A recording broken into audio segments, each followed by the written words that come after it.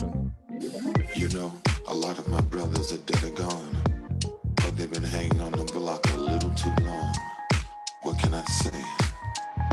I hope they live to see a brighter day. And the ones that are doing fine, God bless you, 'cause you're doing fine. At the end of the day, don't forget about me. As days turn to weeks, and weeks turn to years, oh, I feel for my brother. And as time passes by, I see you're not satisfied. Oh, I feel for my brother. Feel for my brother. The street life used to be on, straight up hustling till the break of dawn. Taught me how to do wrong right, everything inside. But somehow things started to change. Try to get us straight up out of the game. You couldn't see what I saw. The empire was starting to fall. And everything that I said never seemed to get into your head. I tried to do the right thing, living my life with the words that I sing. Now tell me, I wanted to know what happened to my best friend.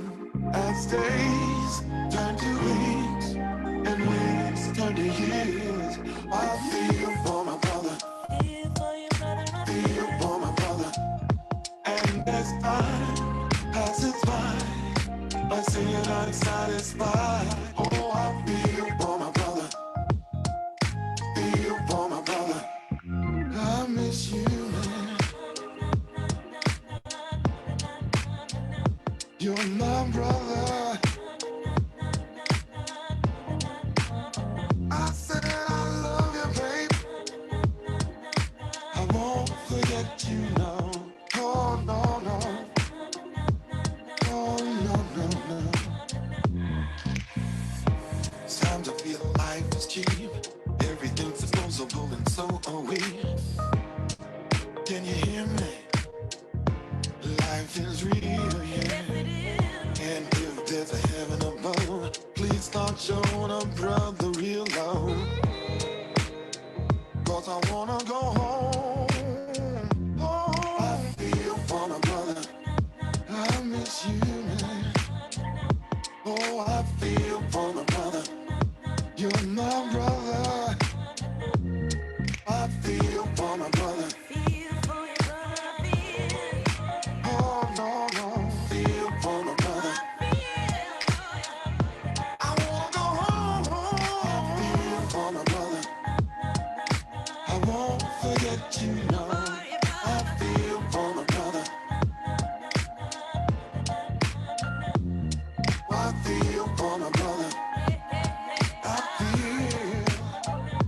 Oh, I feel for my brother.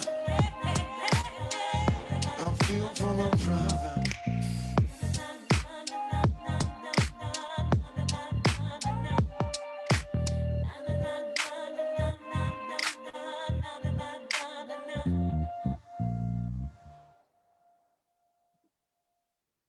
Oh, I feel for my brother. Feel for my brother. You know, a lot of my brothers are dead or gone, but they've been hanging on the block a little too long. What can I say? I hope they live to see a brighter day. And the ones that are doing fine, God bless you, 'cause you're doing fine. At the end of the day, don't forget about me. As days turn to weeks, and weeks turn to years, oh, I feel for my brother. And as time passes by, I see you're not satisfied. Oh, I feel for my brother. Feel for my brother. The street life used to be on, straight up hustling till the break of dawn. Taught me how to do wrong right, everything inside. But somehow. All right, gang, we in the building. Just giving you all a chance to get into the chat room. But it's about that time for me to hit the button. And everything that I said never seemed to get into your head. I tried to do the right thing, living my life with the words. Let's go, y'all.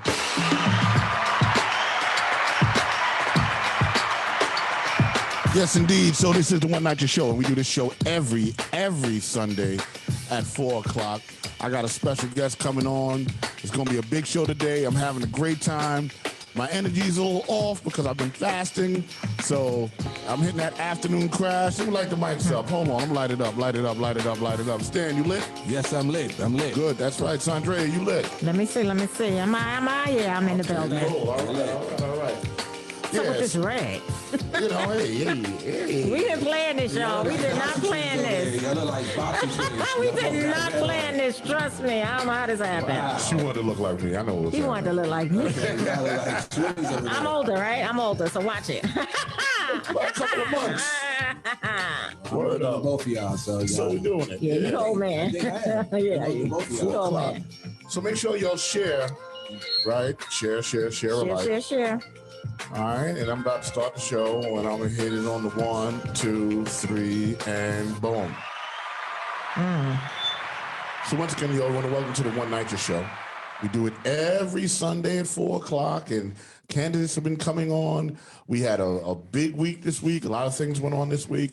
Saundrea, I know that you are the super activist, so I shall divert to you. How was your week, and how did it go down? Whew. Well, first and foremost, let me say Happy Resurrection Day to all on the third day he rose. So, yes. Yeah. Happy Easter, y'all. Yeah. So my week, as always, was busy and blessed. I was at Carl Schutz Park nightly this week since Sunday to Saturday. So I'm taking off today. We had our 300th day on Sunday, and Reverend Gregory Seal Livingston was our key speaker. Today that was dynamic. Yeah, today is our 307th day since June 2nd, going consecutively. We're out there educating people, amplifying Black lives, and just sharing, what's going on and just fighting for justice. Monday, I reached out to Rachel Holiday Smith, a reporter at the City newspaper. I know she's following, as well as very informative about the 2021 races. So I know I have been hearing inaccurate numbers regarding how many mayoral candidates there are. According to CFB, Campaign Finance Board filings, it is 49 mayoral candidates in the 2021 race. Are you serious? 49, and I'm going to drop that link in the chat. I thought it was only 26. Yeah, it's 49. Wow. So now I'm running. I'm going to make it 50. Yeah, let's go round it out. On Tuesday, I had a great little light meeting. I met up with Julie, our guest today. Met with her on Tuesday, and that was a cool meetup we had. Wednesday, I was honored by the Isaac Center. It's Women's Month, Women History Month, so they honored myself and Lakeisha Taylor. I should say Lakeisha Taylor and myself for the work we're doing in the community. Friday, as you know, I'm speeding on, getting to the end of my week. Friday was Good Friday, as everyone know. That's a day of reflection for believers. I'm used to either physically going to Good Friday services or even preaching one of the 7 last words. So I kind of missed that, yes. And also on a different date, 7 years ago, I lost my mother on Good Friday. It's for me, that's a testament of her life, her being called home on Good Friday, and a woman she was, a woman of God, a prayer warrior, and so forth. So it was actually on the 18th, but it fell on Good Friday. And I was in a Good Friday service that night. I went to church that night. Saturday, which was yesterday, I was with Congresswoman Carolyn Maloney as she hosted her 12th Congressional District Caucus with mayoral candidates, and we had Diana Morales on. So that was good. So that's recapping and ending my week. It was busy, but I had a tiny bit of break here and there. Well, fair enough. Mr. Stan Morse, you had a big week this week. What was going on with you, Stan? A lot going on. The first thing I want to speak out against is the ongoing, continuing retaliation that NYCHA puts on NYCHA residents when you complain. So I had a resident that has lead and asbestos in her apartment. So it's been found now.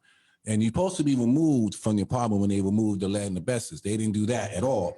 And now they're coming to this particular individual and they're trying to evict her, when they are dead wrong in how they handled that policy in terms of actually having them there when they took the lead out, so that's one retaliation thing that's happening. Wow. And then another one over, that's happening in Ravenswood. So I'm going down to Ravenswood on Wednesday to actually confront the manager's office. They got a new manager once again, always somebody new, so now we're going to go down there and hold them accountable for that. And the same thing in the Saundrea houses. They knocked on the door of a resident, they filed an HP action, and they pretty much threatened her tenancy, out of nowhere without giving any letters, no notices, no anything. So they're just doing this retaliation stuff to really prevent NYCHA residents from speaking out. Wow. So once again, NYCHA residents, don't fall for it. Continue to fight for your right to have a decent place to live, because that is your right. Beyond that, I got the COVID test on Friday. Vaccine. Vaccine. Let me help you out. Vaccine. I got the vaccine. Okay. You know what? I don't know whether to clap or not for that. You know what? Give him some. We gotta have it. Give him some. So I had some ill effects, unfortunately. Nothing major, so I do want to let folks know who are thinking of taking it, then you'll be all right. I'm personally okay. Feel a little tired, had a little slight fever perhaps, but for the most part, I was able to fight through it. So I do encourage folks to continue on. And then the last thing I would like to say is which vaccine did you take? I got the Johnson one. So okay, it's one shot deal. One shot deal. Did you feel a little tired? I felt tired. You're still tired today, right? A little tired today. Still had some after effects. Was tough getting out of bed. Definitely not my normal self. And I can still feel it today somewhat, but today's better than yesterday. So I'm assuming tomorrow I'll be back 100% feeling like my normal self. For you. And I'm encouraging folks to take. I know there's some folks who don't want to, and it's a personal choice. Like Rock. But but I do advise folks to do it. And you're out there in the field. So I got a petition. My petition is beginning. Yeah, right. How's the campaign going? It's now getting to that point. We got to get 4,000 signatures. So for those who don't know, running as an independent is much more difficult than anything else. They did not reduce the number of signatures we need to get, so it's a big challenge to get 4,000 in the middle of a pandemic, which is why I said, let me get this shot, as I know my competitor got sick during the petitioning period, Jimmy Van Bramer, he caught COVID, during this time period. So knowing and seeing what happened to him, I felt that I could not be out in that community at such an extent and put myself in numbers at risk. So I went and got the shot. We're now going to begin the petitioning process on the 13th, and it's real now. Now the campaign's real. We got some events coming up, which I'll share later on, and we're going to get it started. Wow. The ball game's begun. Fantastic. Oh, wow. All right. And now I must turn this over to our special guest. Hold on. Let me just open up the screen here. And there we go. Okay, so you're wide open here so I can see you. Please, special guest, let the people know who you are. It is your show now. Go. Hello, everyone. Hi, it's great to be with you. It's Julie Menin. Thank you so much for having me today. I'm so delighted to be with you. Sort of an auspicious day because it is both Easter, of course. So happy Easter to all who are celebrating.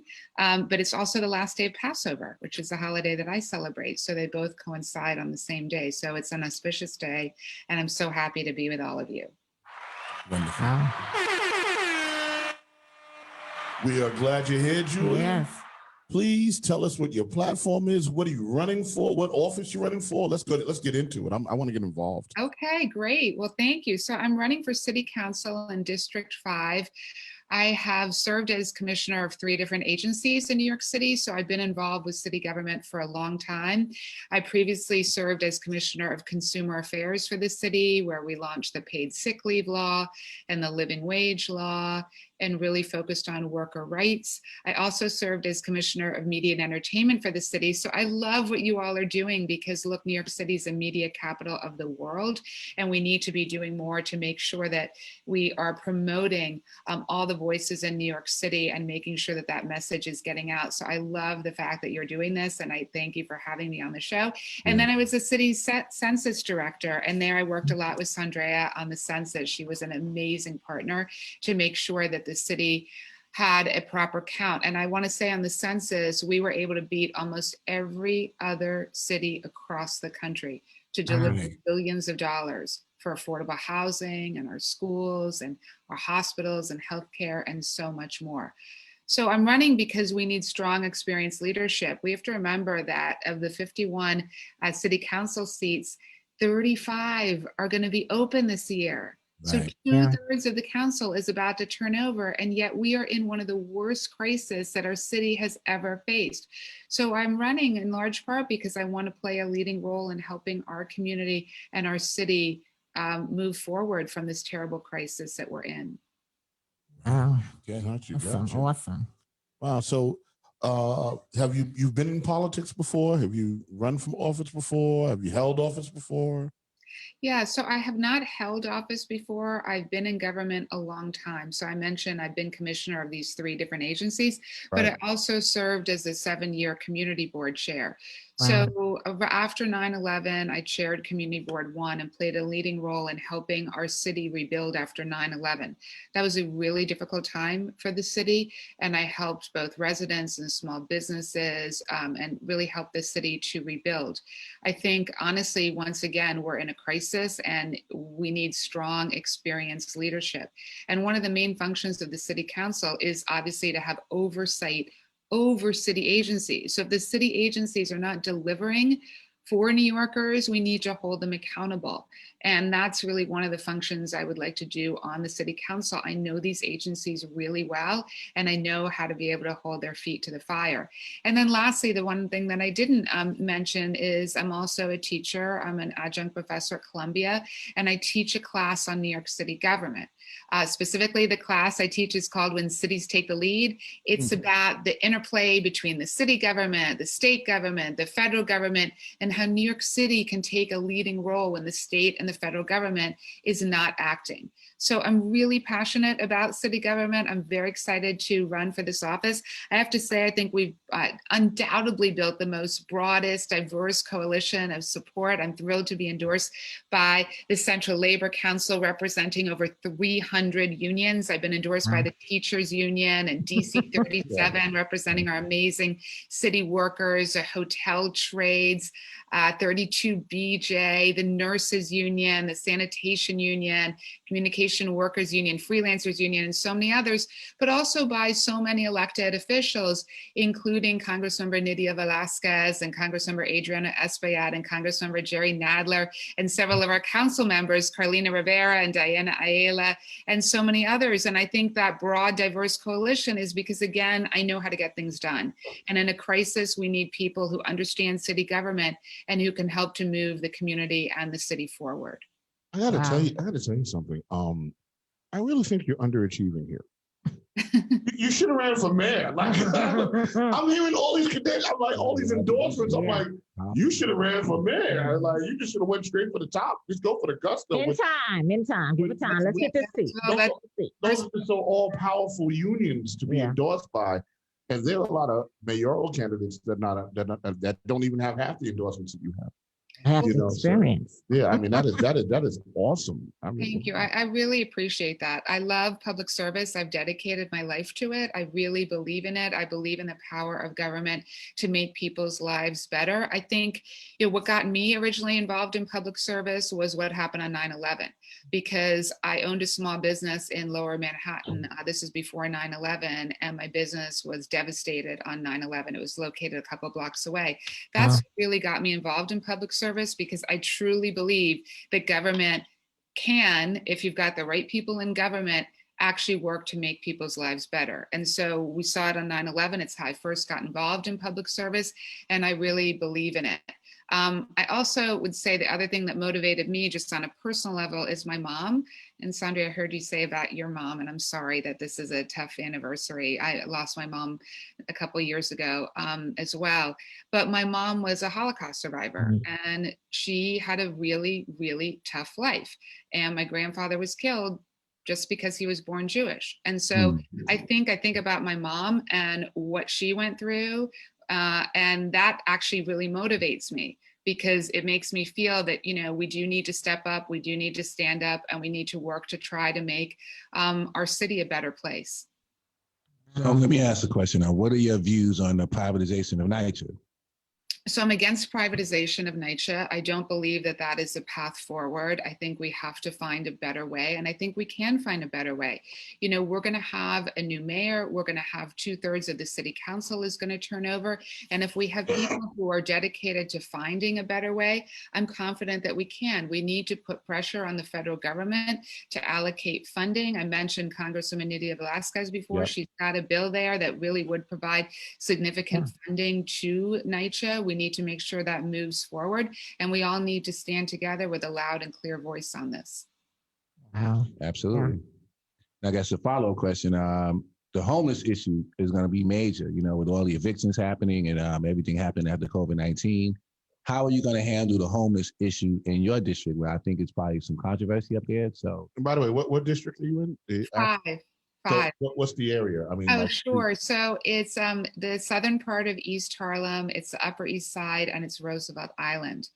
And look, on the homelessness, I think there are a couple things we have to do to move forward. We need to provide more rental assistance. We need to provide more supportive housing. We have to do that as a city. And the city, quite frankly, can be doing a lot more. The other thing that people honestly aren't talking about that I think really needs to happen is right now, there are almost 19 agencies, city agencies, that are dealing with and addressing the homelessness issue. And they're kind of siloed. They're not really talking to each other. Why do we have 19 different city agencies that are working on addressing homelessness? We need to really create much better communication, a better collaboration at the city level to address it. And the other thing I would say is we are spending $3 billion a year to provide city contracts to homeless shelters throughout the city. You know, we've got to make sure that these shelters are being operated in the correct way. We have to put in, I say this as a lawyer, like we've got to look at these contracts, and if they're not working and they're not providing a safe and secure place in these shelters, then they shouldn't be getting city money, and we need to really be holding their feet to the fire to do the right thing. So there's a lot that we need to do to address homelessness, but I will say that it starts with providing more rental assistance. It starts with providing more supportive housing. And that's what we have to do. And so I'm deeply committed to that. And I think, honestly, the city can do a far better job, because the homelessness crisis is very sadly and tragically getting worse. So we need to step up and do more. Wow. As a city council member, you know, and I asked this question during the forum, but I'm gonna that we hosted the Homes Housing Coalition, but I'll ask it and ask you with which two committees in city council would you think you'll serve well in? Which two committees would it be? Thank you for asking that. So the committee that I really want to serve on is Oversight and Investigations. So O&I. Oversight and Investigations is a city council committee that holds oversight hearings over the city agencies. And so they are the committee that is supposed to hold these city agencies accountable. So if there are enormous problems, as you know so well, and that you all are pointing out so strongly in NYCHA, O&I is a committee that then has to have oversight. But O&I also has oversight, over every city agency, and is the one to say, you're not doing your job, you're not performing for the people, you need to do more. And so I think who better than someone who's actually served as a commissioner of 3 different agencies to be able to be on O&I. And look, obviously I'd love to be able to chair that committee and really take a leading role in that. The second committee that I'm very passionate about is the Health Committee. I'm passionate about a lot of committees, but just the top 2 for me.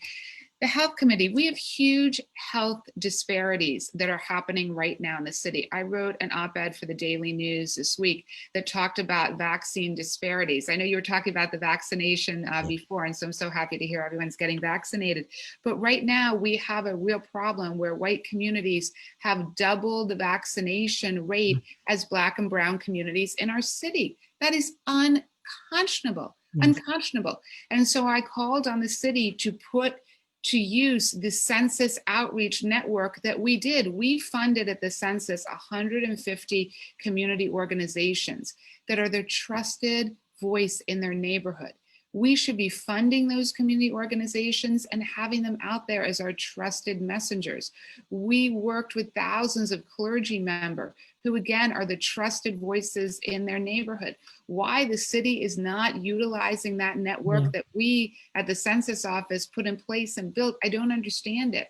We have to do much more, and the city needs to step up and really work with our community organizations, our clergy, our community groups to help on this vaccination issue, because it's not only about the health and well-being of people all across the city, it's also about jobs. You know, unless people are vaccinated, we're not going to be able to then move the city forward. And we still have record unemployment rates in the city of New York.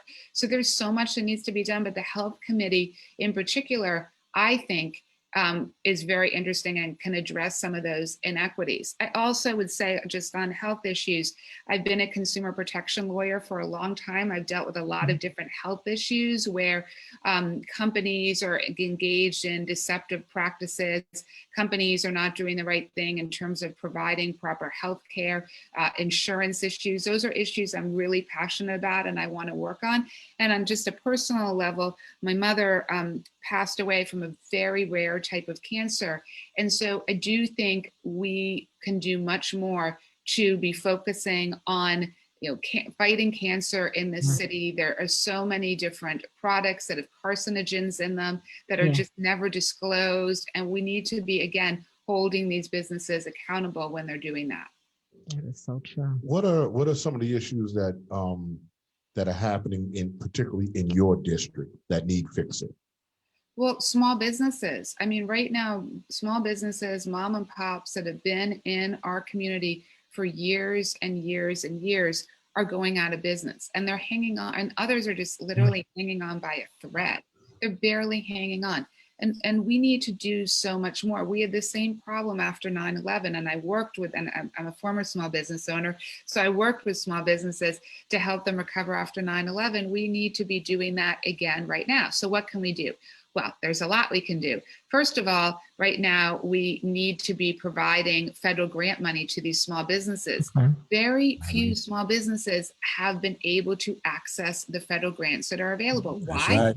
Well, like, you look at the forms, they're so confusing. You can't even tell, is this a grant? Is it a loan? Do you need to pay it back? When do you pay it back? What are the terms to pay it back?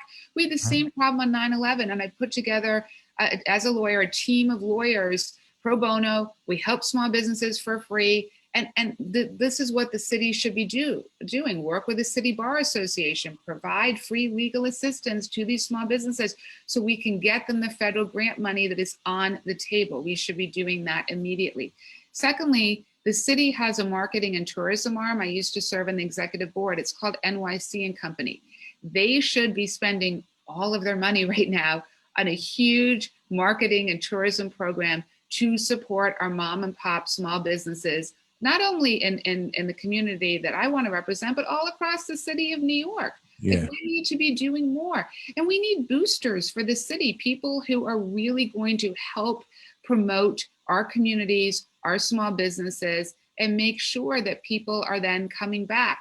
We've got to get tourists coming back to New York City, because so many of our small businesses, you know, their lifeblood is tourism. And so we need boosters for the city who are going to encourage tourists to come back to New York City. So there's a lot we can do to support our small businesses. We also have to get rid of this commercial rent tax that is really penalizing our small businesses. So there's a lot that the city council in particular can do to help all the thousands. There are about, I think, 240,000 small businesses right now in the city. And it's estimated that a third of them are going to go under because of COVID. A third. Wow. Like, we can't let this happen. We got to stand up and stop this. So small businesses are definitely one. Wow. You know, affordable housing in the district. This is a huge issue. We have to build more affordable housing. And the city has to have a better program to build more affordable housing. We have to allocate more funding to build affordable. My mom grew up in a rent-controlled apartment in this neighborhood.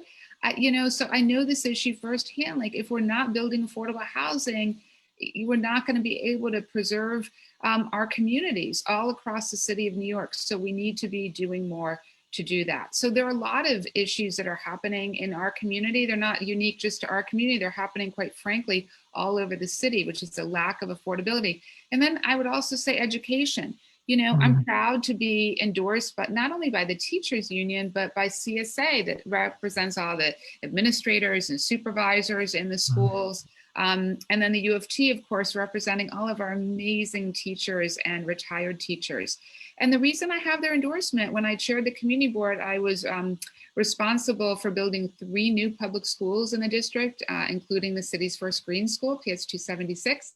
But it's also that I've stood up against cuts to education. And that is incredibly important. We have to stand up with a really strong voice against any kind of cuts to education. And we have to stand up for our students and our teachers. So there's a lot we need to do in education. I'd say, to me, one of the #1 issues we need to do, like, it's unacceptable when there are 36 kids in a class and there's no art room and no computer room and kids are eating lunch at 10 in the morning.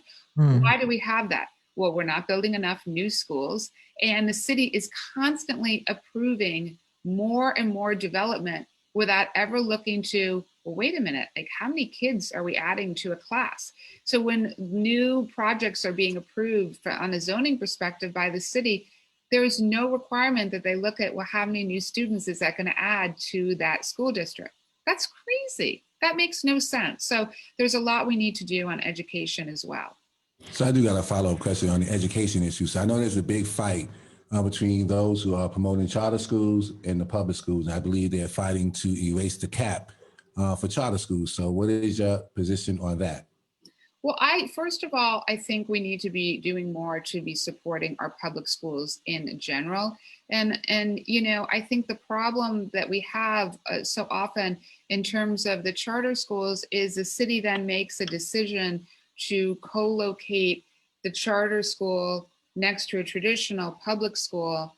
And the public school, the traditional public school students are saying, well, wait a minute, I don't have an art room, I don't have a computer room, having lunch at 10:20 in the morning. And so it's creating this issue. And I just think that that is a problem.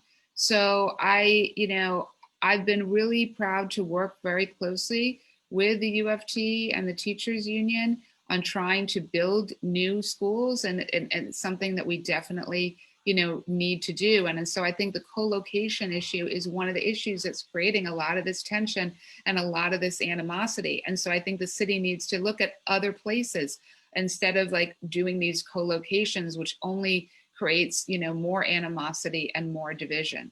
So I think that's something that absolutely, we can do. Wow. We know that evictions are looming, right? Yeah, right. And we hear the outcries of cancel the rent, cancel mortgages. As a city council member, how can you help and assist with that to prevent, people from losing their homes, their houses, their apartments, just because of this, pandemic? And even before this pandemic, people were, struggling financially anyway. And now it's like double for them. 100%. I mean, look, people cannot be evicted because of what is happening around COVID. And so we need to basically extend that eviction protection without a doubt. But there's also more the city can be doing. I mean, we do have a right to counsel law, but it's only phased in into certain zip codes. We need to make it universal so that the right to counsel law is extending to anyone who needs that right to counsel. I really believe as a lawyer, like this idea of right to counsel is incredibly important. So if I was in the city council, I would work to get a bill enacted that actually extends the current right to counsel bill, which is more limited in scope. So that's something that the council 100% has the power and authority to do, and that I would work on. But we need to do more to provide more rental assistance. I mean, the city has become unaffordable. And so the only way to really address that is for the city to be building more affordable housing. When I chaired Community Board 1, I was really proud of the fact we actually had a whole affordable housing task force. I mean, I created it. We didn't have one before I was chair of the board. We created it. We did an inventory of every single affordable housing unit in the district. Why? Because we wanted to make sure that we could preserve the affordable housing stock that we had, and then really focus the city on building new affordable housing at the same time. And so that's what we have to do. I think, we're at a crossroads right now as a city. We're at a crossroads and we have decisions to make. This primary is a couple months away and all the voters have a decision. It's not only in my race with the city council, it's on the mayor's race, the controller's race, all these different open seats, and it's a choice. Are we going to move our city forward? Are we going to elect people who know how to get things done, whether it's by building affordable housing, building new schools, helping to create jobs? These are the issues that are facing our city. And so this is why I'm really excited to be running right now at this particular juncture in time. Awesome. Let's go to the video. Your video, your campaign video. Great. Okay. Yeah, hold on. Let everybody see it. Okay, let's cut it In loose. America, we're all supposed to be equal under the Wait, law. is that the right No, video? no, that's not. Wrong video. Hold up. Whoops. Hold on. Wait. Nope. That's Stand somebody cam. else. Hold on. Wait up. I put your video in today. Hold on for Sorry one second. about that. Let me just check. Hold on for 1 second. I emailed. Did I put? No. Mhm. Yeah, I put it in before I even started the show. Oh, it's not that one. Okay. And that sound like a Larry. I'm Julie Menin, and Okay. That's it. Okay, all right. What? That was it? That's Yeah, it. that's it. Yeah. Oh, y'all scared me. Yeah, different That's game down it. there. Woo. I got it. Yes. All right, cool. All right, now let's go. All right. I'm Julie Menin, and I'm running for city council. For me, New York City has Wait, hold always on. been a story of overcoming. Sorry, the Julie. big- Hold on for 1 second. I just got to do something quick problem. on camera. And here it goes. Here it comes again. You ready? Booyah! I'm Okay. Julie Menin, and I'm running for city council. For me, New York City has always been a story of overcoming the biggest challenges and coming out stronger on the other side. I saw it in my own family. My mom was an immigrant from Hungary. She and my grandparents were Holocaust survivors, and they settled in Yorkville, so I've always known this was home. Growing up, my parents taught me that anything worth having is worth fighting for. We fought our way back from 4 ugly years in Washington, and here at home, we're struggling to overcome the toughest year New York City has ever faced. I've successfully led 3 New York City agencies under multiple administrations, and each job made it more and more clear to me that the way to make government work for people is to not let personality get in the way of progress. After 9/11, I served as community board chair with the mission of rebuilding Manhattan from schools to small businesses at a time when the cynics said New York would never come back. But guess what? We did, and we did it block by block, neighborhood by neighborhood. When I led the Consumer Affairs Department, I took that same approach. I pushed back against the ticket blitz that was crushing so many small businesses. I implemented the paid sick leave law so working parents didn't have to choose between their kids' health and their paycheck. And I created a new program to give 10,000 kindergartners a college savings account so more kids had a shot at success. When I led the census, we understood why it was so important that we get an accurate count, because those federal dollars fund our schools and affordable housing and healthcare, you name it. All of those things helped us lift up New York families and keep our neighborhoods intact during extraordinarily challenging times. And that's why I'm running for city council, to be a voice for the East Side while we wage war on coronavirus, fight to keep our restaurants and small businesses alive, and make sure racial justice isn't an afterthought, but a blueprint for restoring trust in the government that we pay for. If we remember that mission and always put people first, I know we're going to come out stronger and better than ever before, because that's what New York City does. I'm Julie Menin, and I approve this message.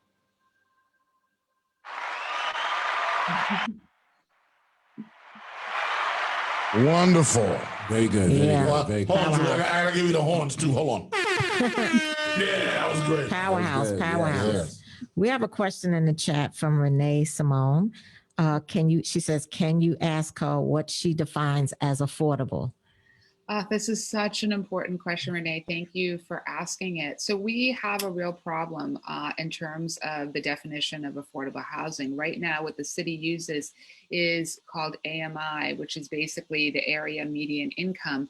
But the problem is it's not for the particular neighborhood that you might live in. Right. It's this regional number. And so that includes, for example, the suburbs. I mean, this makes no sense. We need a hyper-local, truly community-oriented definition of affordable housing. And we don't have that right now. So we've got to change it. And we need elected officials, honestly, who are going to fight to make sure that the definition of affordable housing is what is actually affordable within that community, not what is like affordable for Westchester. So I feel really strongly about it. I've been speaking about it for a long time. It's possible to change it, but we need to do that. So what kind of formula would we have to create to make that work? Like, would it be income based? What, like how would we create that formula, or what would the formula look like? Yeah, it should be income based, but it needs to be local. Like, so it just doesn't make sense to have this regional approach, because I mentioned like Westchester, but Westchester County, I mean, what's affordable there is very different than New York City. And so, it could be based on the local community board. It could be a geographic area, such as a community board or a council district or something that is much, much more local and makes more sense. And that is one way that obviously we'd be able to get to the affordability issue. So this is a huge problem. I think a lot of people aren't aware of it because it's just something that has existed for a long time and that quite frankly needs to change. And so we have to push forward and make it change. I agree 100% on that one. That's one of the major issues with affordable housing. You hit it right on the nail. Yeah. And it's unfair in all these communities. That ends up with people not being able to afford to move into the development or the building in their community. Right. And it goes on and on. So I'm glad you addressed that. And that's common sense. It impacts us. Right. Absolutely. Absolutely. It's incredibly important. And the other thing we need to do that we haven't really talked about is we have this land use review process, this zoning process, ULURP. And it's, in my opinion, it's totally broken. It just makes no sense how the city proposes a rezoning and every single time there's a different result. So sometimes, communities will fight it and maybe there's some more affordable housing built, but more often not. Sometimes community fight it and maybe like we did in Lower Manhattan, we were able to build some new schools, but oftentimes that isn't the case. And so other cities are doing affordable housing so much better than New York City. And so we need to really look at our land use process and change it once and for all. And we can do that. So I hope to be in the council. I hope to work on issues like that. It's one of the reasons that I'm really passionate about running. I think if you have people, honestly, who are very experienced with city government, it's going to make a difference because that will enable us to be able to obviously get more things done. And the other thing I just want to mention that we didn't talk about, if I could, is child savings accounts. I really believe in them. So when I was Commissioner of Consumer Affairs, I created a program called NYC Kids Rise. We did it in District 30 in Queens. We have created over 10,000 college savings accounts. They start in kindergarten. It's an amazing, amazing program. And the reason I got really excited about it and created the program is because the research shows that a low-income child with a college savings account is 3 times more likely to go to college than a child that doesn't have a college savings account. Because it's not only the additional funds that the account provides, it's also aspirational. If someone is saying to you starting in kindergarten, we believe in you and we believe that you are going to college, it becomes a reality. And it happens. And so I want this program to go citywide. It shouldn't just be in District 30 in Queens. I'm thrilled that it's in District 30 and we did a lot of work there, but it should be all across the city. Any kindergartner that wants this program should be able to have it. And so if I'm in the council, I would 100% introduce legislation to create this universal college savings account program. Where does that funding come from? So it's private funding. So originally I went to the mayor with this idea to try to get it into the city budget. At the time, the mayor was not on board with putting it into the city budget. So he said, well, if you like this project, go out and fight for it and go raise money in the philanthropic community. And I did that. And I raised the money to make this project happen. And so we had the funding to fund 10,000 kids. And we decided to pick District 30 in Queens because it was just sort of demographically representative of the city as a whole in terms of diversity. And so we wanted to pilot the program there, and we did. But this program, for not that much additional funding, should be embedded in the city budget, and every public school kindergartner should have the ability to get a college savings account. It also, by the way, has the benefit of providing sort of financial literacy to families and talk about financial empowerment and all of that. So that's really important as well. That's Now, beautiful. Can she get some? Can you give us You some know for what? I gotta give you something. Hold on, Julie. That was, oh my God. Wow, That was powerful. I love that. I feel like I need that at home. Like, can I have that at home? So that, like, when I do something, I wake up and then where I can get that. That is like super motivational. You should bottle that and sell that. I mean, that works. Yeah, I love it. What you said was just was wonderful. Yeah. And so I'm going to devil advocate you a little bit, right? Some people would say that feels very socialist type of a vibe. Mm-hmm. You know, how do you answer that? You know, it feels like socialism. You know, that's what it feels like. Well, I think it's some people think that. Yeah, I understand where you're, but I don't think that. I think it's a right use for city taxpayer money to fund college savings accounts. We can do this program for not that much funding. And we concede, there are 85,000 kindergartners, by the way, in the public school system. We concede them all with a college savings account. That money is invested in the state's 529, so it actually grows over time and increases. I'm sorry, the 520, just for the people that don't know, what is it? So 529. the state has a program called the 529, which is the state's college savings program. We actually, and so the money's invested in that, meaning it grows interest free and compounds over time. So, you know, $100 that's put in kindergarten can, depending on the rate that it grows and what it's invested in, you know, be $1,000 upon graduation or more. You know, it just depends on what the state invested in. There are different options.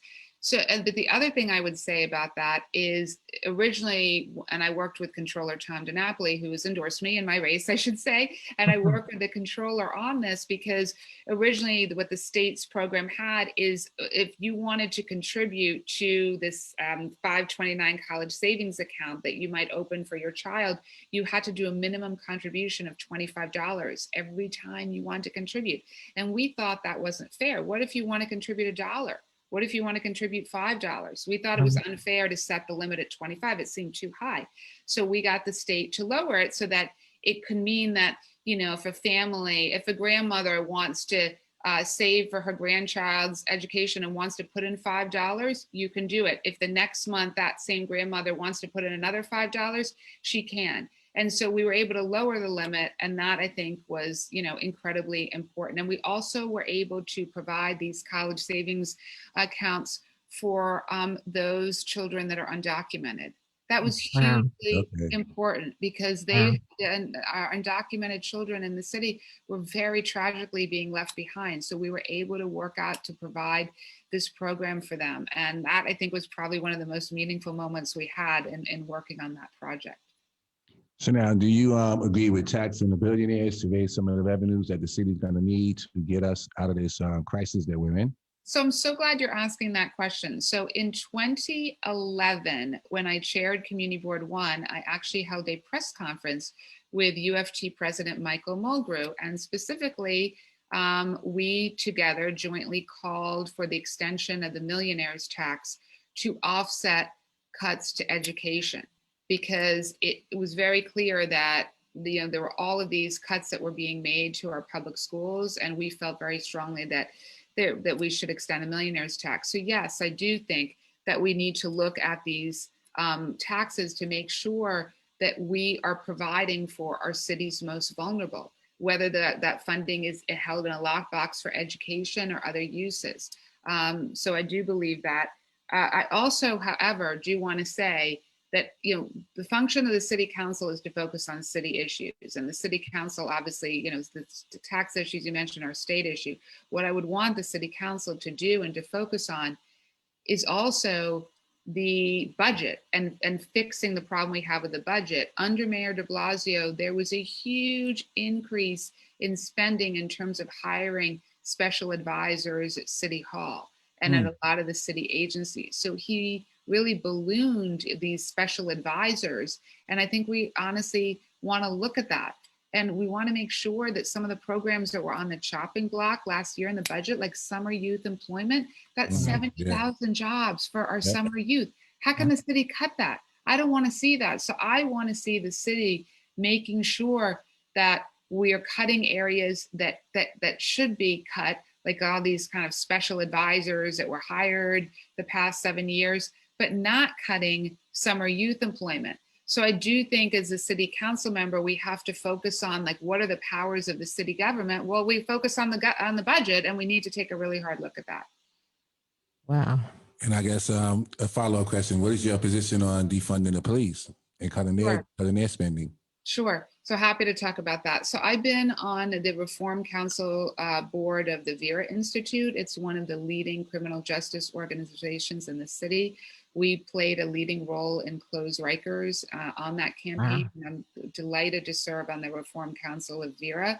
I do think that there is so much more that needs to be done in terms of the NYPD. Right now, approximately 40% of the calls that are going into 911 are actually not about crime. They're mental health issues, they're issues regarding the homeless. I don't believe that we should have the NYPD involved in those issues. So what I would like to see is I'd like to see issues regarding the homelessness and issues regarding mental health really go to social workers and experts in those areas, not the police. I also, by the way, routine traffic stops, we shouldn't have the NYPD involved in routine traffic stops.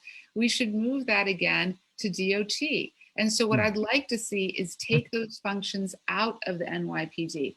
I'd also like to see greater police accountability.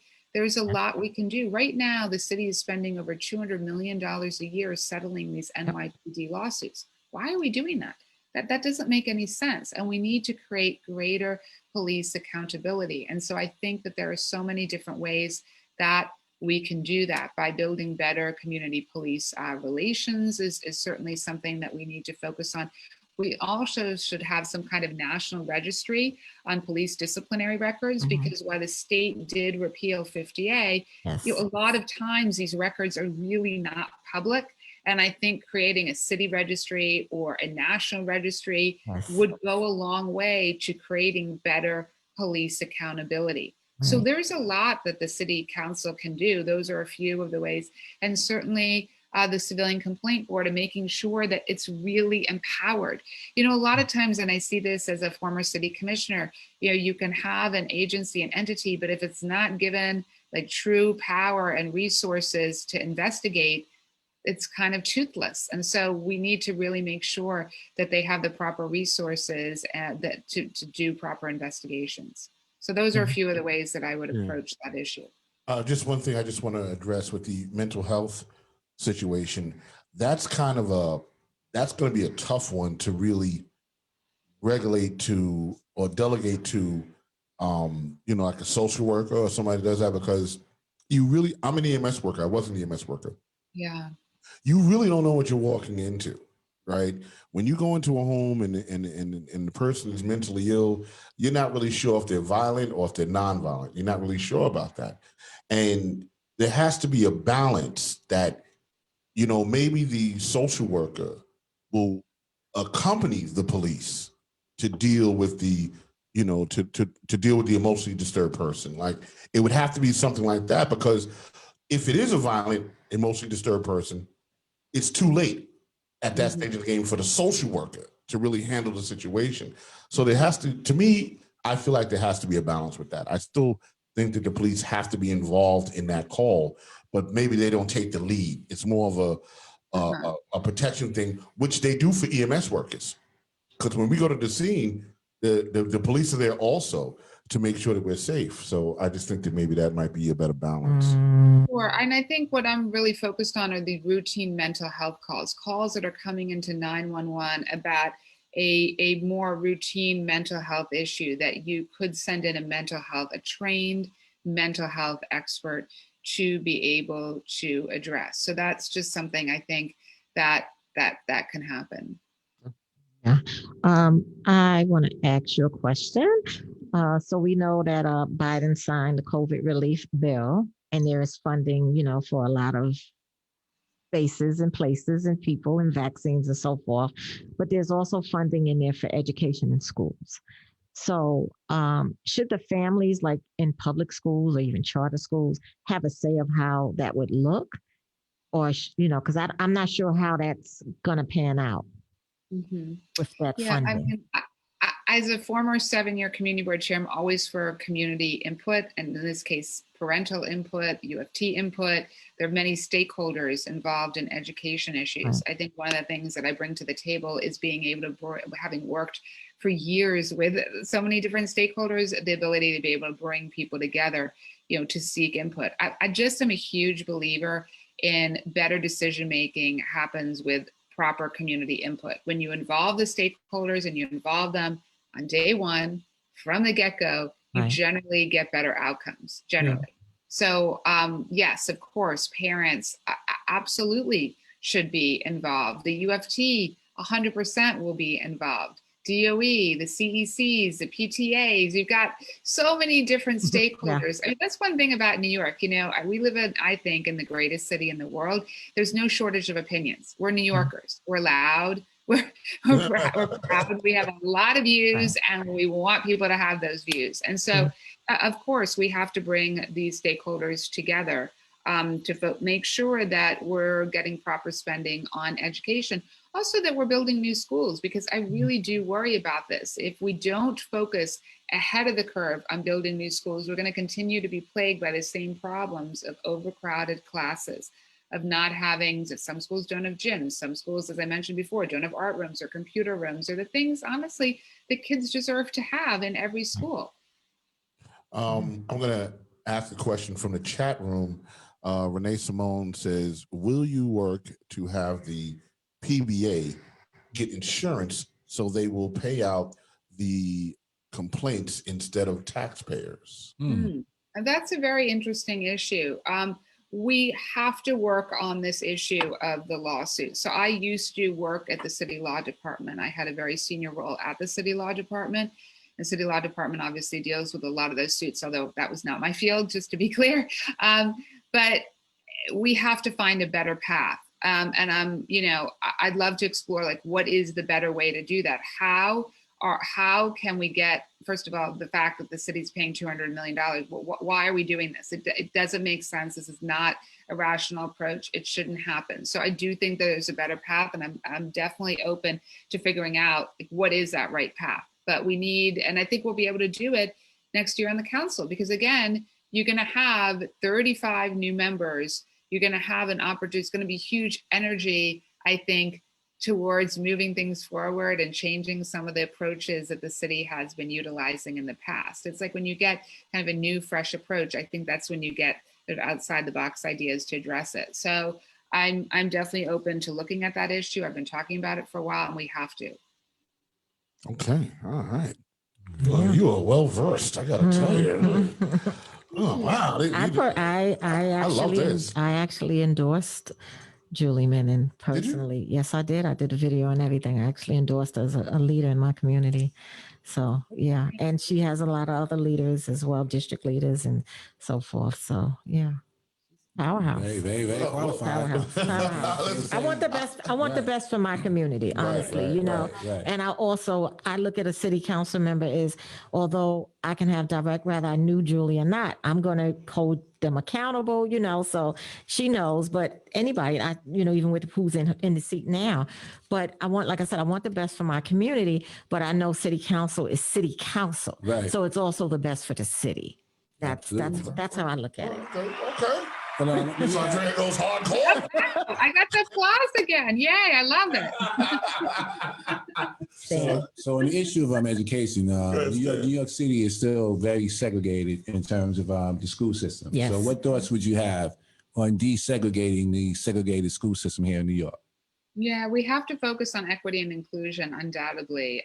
This is an enormous problem. And it basically is citywide. We really need an approach that's citywide, that is looking at all of our schools and figuring out how we can focus on equity and inclusion.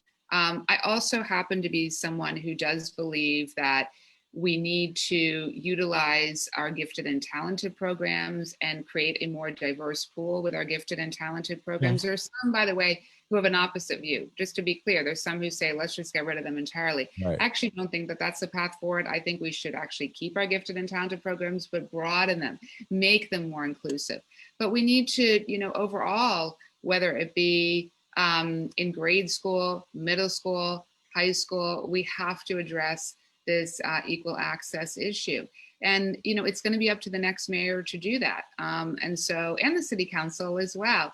But the mayor obviously has the chief role in it, appointing the chancellor.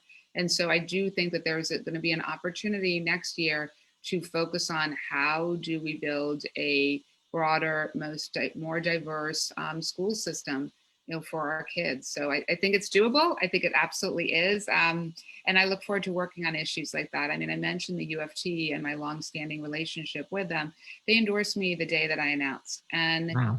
I know that I can help to, work with all the different stakeholders to help craft a path forward on that, because there's been a lot of division, there's been a lot of divisive rhetoric around it. And I'm just not a believer, like divisive rhetoric, what does that get us? We actually all need to go into the room, bring the stakeholders together and work on a solution. So I just am known as someone who gets things done. I don't really like wasting time. So I hope to be in the council and to be able to work on issues like that. And I honestly think that I'm, the right person to be able to work on that issue. Yes. Go, Julie. Go, Julie. Man, and now you get the horns. Hold on. You're spoiling her, okay? You're spoiling her. I gotta come back more often. I really do. Right? Now you're stuck with me. Now I'm gonna come back again. You're gonna see her again. I'm coming back for the horn. Yeah. Stop by. We love it. Just Who's dropping by, on the right? Julie's dropping by. Again, dropping it. We like that. So we've reached the hour. But what I want to do in the last 5 minutes, first of all, is there anything that you want to say? And also, I want to make sure I play your video again. Thank you so much. Well, I really want to thank you all for having me. This was such an amazing conversation. I love your show. I think it is fantastic what you're doing. I thank you so much for taking a little bit of time to speak with me on these issues that affect not only Council District 5, but honestly, the whole city. Yes. For anyone that wants to learn more, I'll give my website, which is julie4nyc.com, and 4 is spelled out. So it's Julie, FOR, NYC.com. My email's on there. I love getting emails, would love to engage with people. We have approximately 80 days left to the primary. Wow. We've got ranked choice voting. Mm-hmm. There are 3 ways to vote. People can vote with 10 days of early voting. The Democratic primary is June 22nd, of course, or some people will be voting, of course, by absentee ballot. But most importantly, people should vote, because you need to have a say in what direction the city is going. Are we going forward, or are we staying still? I want to move the city forward. So that's why I'm running. And, I really appreciate you having me on today. Thank you for coming. You're very welcome. Yes. And also, can you please, go into our chat and engage with any, of our viewership, that might had a question that wasn't answered, if there's anything in there, that'll be great. And, for our, once again, thank you for coming on. Absolutely. We appreciate you. Yep. You're a powerhouse. I mean, as he said, you should have been running for mayor, right? Yeah, I'm like, but we gotta get the city council, get her in, and then she's gonna keep climbing. It's like no doubt about it. You're a powerhouse, and the city needs you, someone like yourself. So, Thank you so much. Thank you. Saundrea, thank you. Thank you, everyone. Thank you for having me. This was an amazing show. Yes. Yeah, it was great. Really appreciate it. And are we going to end with the horns? Do we get one more horn? The video. Yes. You're gonna run your video. And I'm going to run your video again. All right. Thank you. Thanks. And there you go. I'm Julie Menin, and I'm running for city council. For me, New York City has always been a story of overcoming the biggest challenges and coming out stronger on the other side. I saw it in my own family. My mom was an immigrant from Hungary. She and my grandparents were Holocaust survivors, and they settled in Yorkville, so I've always known this was home. Growing up, my parents taught me that anything worth having is worth fighting for. We fought our way back from 4 ugly years in Washington, and here at home, we're struggling to overcome the toughest year New York City has ever faced. I've successfully led 3 New York City agencies under multiple administrations, and each job made it more and more clear to me that the way to make government work for people is to not let personality get in the way of progress. After 9/11, I served as community board chair with the mission of rebuilding Manhattan from schools to small businesses at a time when the cynics said New York would never come back. But guess what? We did, and we did it block by block, neighborhood by neighborhood. When I led the Consumer Affairs Department, I took that same approach. I pushed back against the ticket blitz that was crushing so many small businesses. I implemented the paid sick leave law so working parents didn't have to choose between their kids' health and their paycheck. And I created a new program to give 10,000 kindergartners a college savings account so more kids had a shot at success. When I led the census, we understood why it was so important that we get an accurate count, because those federal dollars fund our schools and affordable housing and healthcare, you name it. All of those things helped us lift up New York families and keep our neighborhoods intact during extraordinarily challenging times. And that's why I'm running for city council, to be a voice for the East Side while we wage war on coronavirus, fight to keep our restaurants and small businesses alive, and make sure racial justice isn't an afterthought, but a blueprint for restoring trust in the government that we pay for. If we remember that mission and always put people first, I know we're going to come out stronger and better than ever before, because that's what New York City does. I'm Julie Menin, and I approve this message. Wonderful. I love playing that video. I got to tell you that, Julie. I love it. Thank you. Thank Who do we have coming on next week, Saundrea? Oh, Saundrea's mic's not on. Hold on. Oops. There you go. Yeah. So once again, thank you. Yeah, the video was phenomenal. Next week we have City Council member Ben Kalos will be our guest next week. He is running for Manhattan Borough President, and I'm proud to say that he will be our first elected official to come on the NYCHA show. Okay, all right. We're climbing. We're moving on up. Yeah. Yeah, right, and awesome, Julie's a heavy hitter. So no, that was good. Timmy, let me tell you, you were probably one of the most phenomenal people we've had on the show. Like, and I'm not even saying it like just like because you're here. Like, you were really very engaging. Your background was thorough and thick. Right. I mean, it was a lot of. I mean, it was great. We're honored to have you. Honestly, and more impressive than some of those running for mayor. I could definitely say more impressive than some of our mayoral candidates today. Yeah. I would just say that. Woo. Horn. She needs a horn again. And you know what, Julie? I'm saying it right now. You ready? Julie Menin for me. I'm just saying. I'm just saying. What year? Okay. Sweetie, I'm saying right now. What's that? 2025. Yeah, okay. We will speak it into existence. Yes. Julie, I want to thank you. Thank you. A lot of fun. It was such a pleasure spending this afternoon with you. It was really a highlight. And on Easter, Yeah. And Sunday. We will speak to you soon. Yes. Okay. We're lifting off. One night, one people. One night, one people. Ooh, one night, one people. Bye. Thanks.